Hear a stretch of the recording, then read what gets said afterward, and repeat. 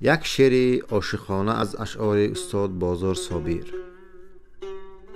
یکی تو قهری من و یکی تو با من آشتی، یکی مرا تو زنده کردی و یکی تو کشتی، یکی به بوسه در لبم هزار لاله کشتی، یکی مرا تو از بهشت عشق خود بهشتی.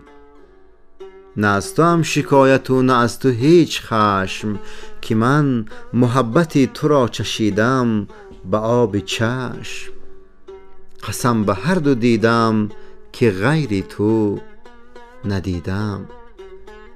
شب سیاه موی من سفید شد برای تو، ادا شدم به هر شب چو ماه در هوای تو.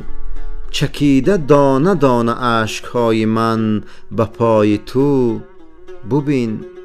ببین بها چی دادم به عشق بی بهای تو.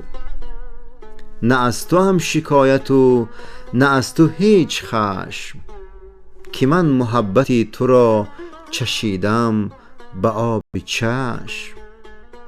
قسم به هر دو دیدم که غیر تو ندیدم.